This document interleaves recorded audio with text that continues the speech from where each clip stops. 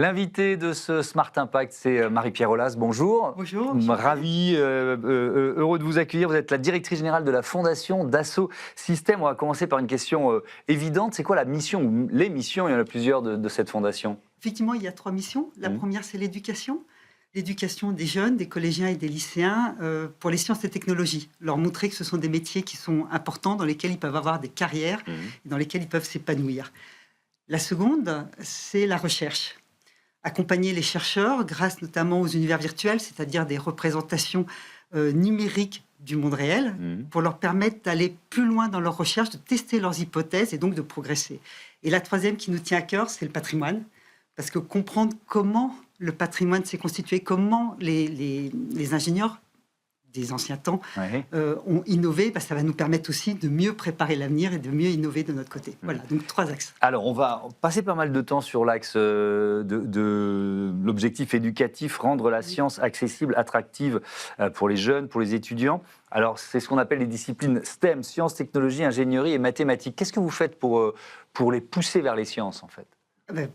Pas mal de choses. En fait, on a 2 types d'actions. On a des actions qui s'adressent directement aux élèves et puis des actions qui vont aller directement plutôt vers les enseignants qui sont le relais pour les élèves.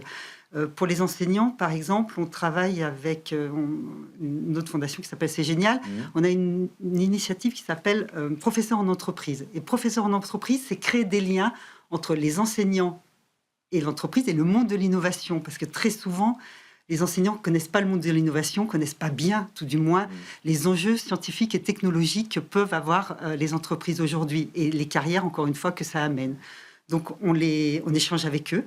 Ça fait partie d'un cadre de formation. On passe une journée avec eux pour leur montrer les enjeux scientifiques et technologiques, encore une fois. Et ensuite, pour les élèves, je vous laisse ensuite développer le deuxième aspect, mais c'est aussi, j'imagine, pour les profs, une façon de rendre leur discipline plus concrète, ça peut faire peur, les maths ou la physique, et là d'un seul coup on se dit ah tiens, voilà ce que je pourrais faire, quoi. C'est exactement ça. Oui. C'est à quoi ça sert. Et donc quand un professeur est capable d'expliquer à un élève à quoi ça sert les maths, à quoi ça sert la physique, et qui lui donne des exemples très tangibles, bien sûr, ça fait la différence, absolument. Alors ça, c'était le premier point. Il y en avait un deuxième que vous vouliez développer. Quand on va aller plus vers les élèves, alors on a un rôle avec les collaborateurs de Dassault Systèmes, on a des rôles modèles aussi, notamment chez les filles, leur montrer qu'il y a des femmes qui ont des carrières incroyables, qui sont très bien dans leur basket, et ça, c'est très impactant. On a par exemple une action qui s'appelle Wi-Fi à Trappes, avec des collégiennes qui ont des ateliers, qui font des ateliers avec des collaboratrices de Dassault Systèmes. Et puis, on a une autre action qui s'appelle Mission Océan, qui est un grand projet qui a été développé avec le ministère de l'Éducation nationale. Et là, c'est de la création de contenu pédagogique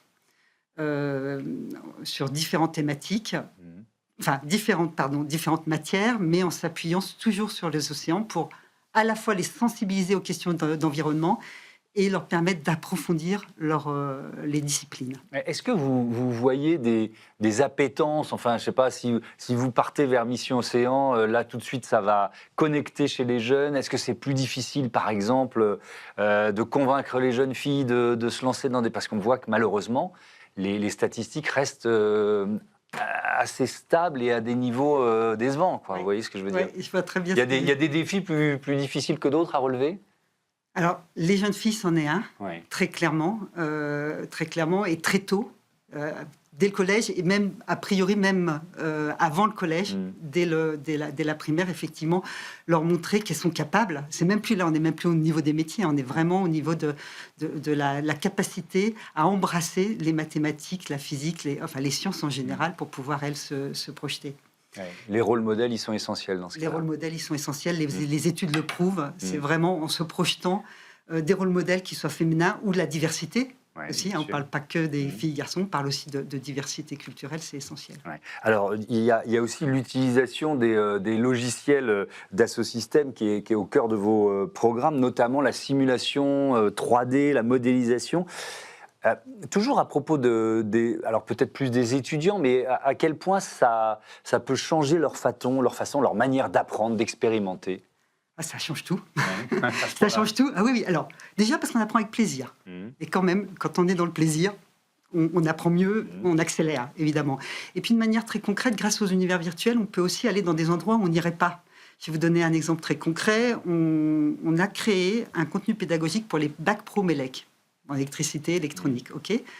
Ces étudiants, ils sont destinés, pour certains, à aller sur des plateformes, sur des éoliennes en pleine mer, pour pouvoir maintenir l'éolienne. C'est un métier là pour le coup très technique.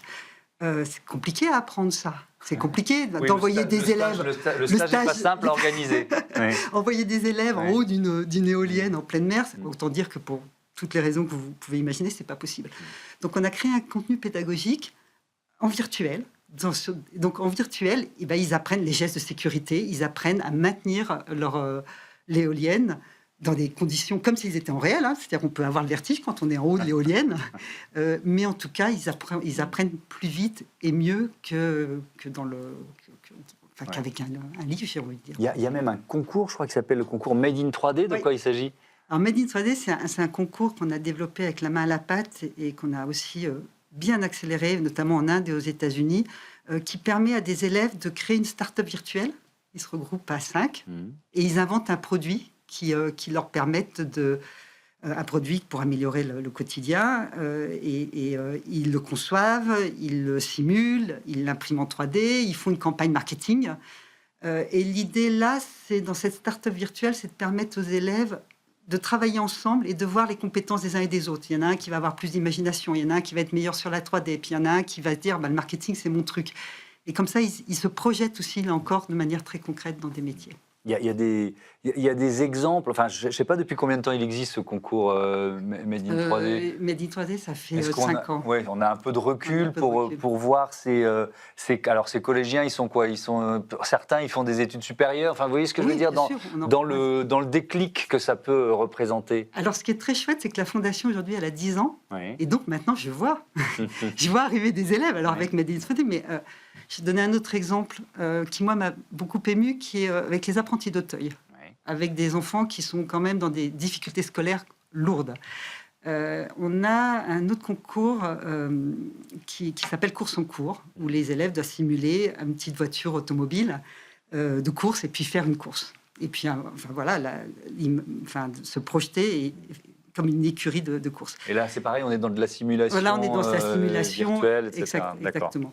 Et un élève qui était en 5e, donc il y a 6 ans maintenant, et qui était quand même en très très grande difficulté, qui a contribué, qu'on a accompagné, et la maman m'a appelé il y a 1 an en disant, vous savez, mon fils, il vient, on n'aurait jamais cru ça, mais il a fait son bac pro, il est rentré, il a fait une école en cybersécurité. Maintenant, j'aimerais savoir si vous pouvez le prendre en stage, parce que maintenant, il est ingénieur en cybersécurité.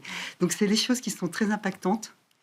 Et oui, qui nous rendent très, très fiers. Ouais, j'imagine. Sur l'environnement, parce qu'on a parlé de mission océan, il y a d'autres programmes emblématiques comme ça pour développer, agir en matière de défense de l'environnement? Oui, on soutient un projet là dans l'axe recherche.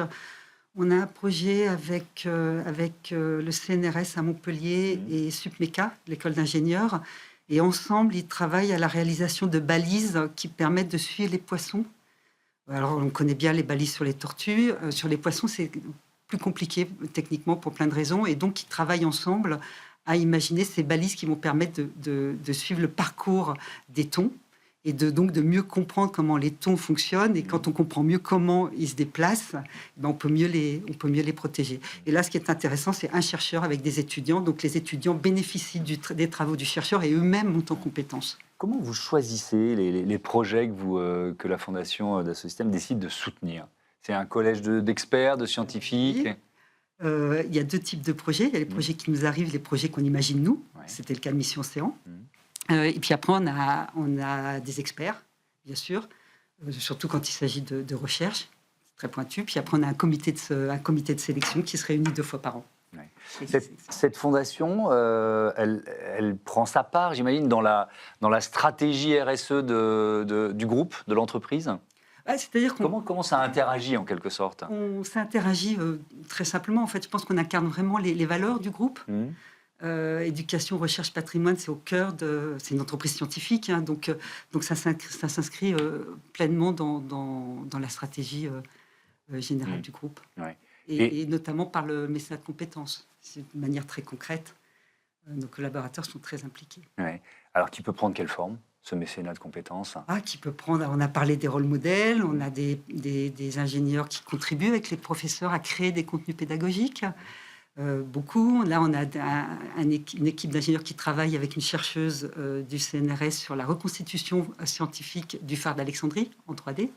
En réunissant tout ce qu'elle a pu trouver et en l'accompagnant dans ses travaux, on reconstitue.